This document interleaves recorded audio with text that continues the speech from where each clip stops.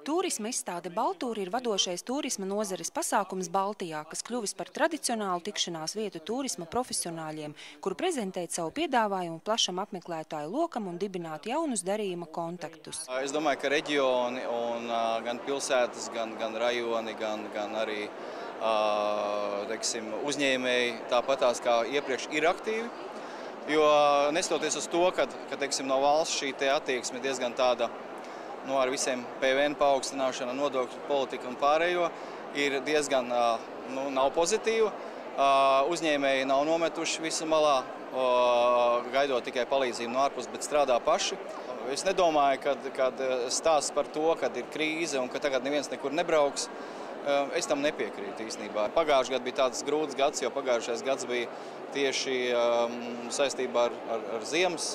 Ziemas nebija, kā jūs atceraties, un tas bija nopietnas pārbaudījums uzņēmējiem, kas nodrošina šo te. Un viņi jau teica, krīze šogad mums nav. Mums pagājušajā gadā jau krīze bija, mēs jau to esam izgājuši cauri, šogad viss kārtībā. Pie mums brauc, pie mums slēpo trases ir atvērtas, un tas ir patīkami, kad arī pagājušā gadā atvērās arī lido komplekss Gaiziņa piekājē ar savu lido kalnu. Un ja jūs aizbraucat brīvdienās, jūs varat izbaudīt atšķirībā no Rīgas, kur ir sniega ļoti maz. Tur ir 40 cm sniegs, brīnišķīgas slēpošanas iespējas gan no kalna, gan arī trases. Tas pats arī ir Sigulda, Cēsis, Valmiera. Jāsaka tā, ka mums iepriekšējos gados jau ir izveidojusies neatkarīgi no situācijas, kā ir valdībā un tā tālāk, kāds atbalsts. Mums ir ļoti laba sadarbības starp reģioniem, ļoti laba sadarbības starp dažādām asociācijām. Un mēs jau pēc turisma fóruma esam nonākuši pie secinājuma, ka mums ir nepieciešama organizācija, kas apvienotu šo turismu nozari. Lielākā daļa Latvijas turisma asociācijas, visas novada asociācijas, tā skaitā Vidzemes, Kurzemes, Zemgales, Latgales, arī Jūrmalas asociācija, arī e-turisma asociācija, vēl pārvaldes notiek ar dažām citām. Jā.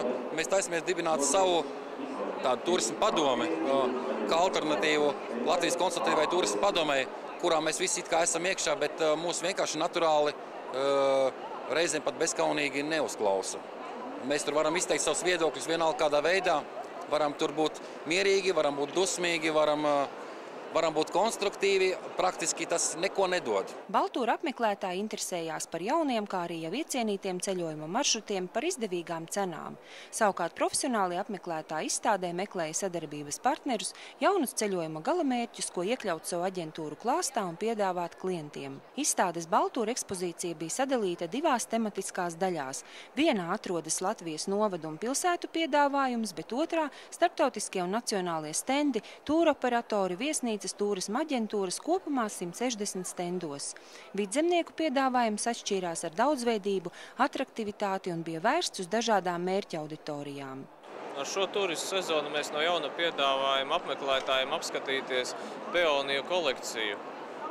107 dažādas peonīšu šķirnītes pie mums šovasar jau ziedēs pilnziedā. Tā kā tas ir jaunākais, kas mūsu kolekcijā ir apskatāms.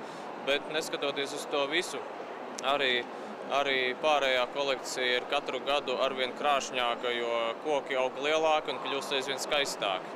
Pie mums var redzēt kokus, krūmus un liānas, bet arī vienkārši mierīgi klusi atpūsties ģimenes lokā vai individuāli staigājot, izbaudot dabu, gan arī grupā kopīgi ar pārējiem turistiem, kas ir atbraukuši, un vienkārši atpūsties. Jo pagājušā sezona apmeklētības ziņā arboretuma vēsturē bija viena no labākajām un ar pozitīvu bilanci, jo visvairāk pagājušajā gadā apmeklēja arboretumu viņa pastāvēšanas vēsturē tieši turisti.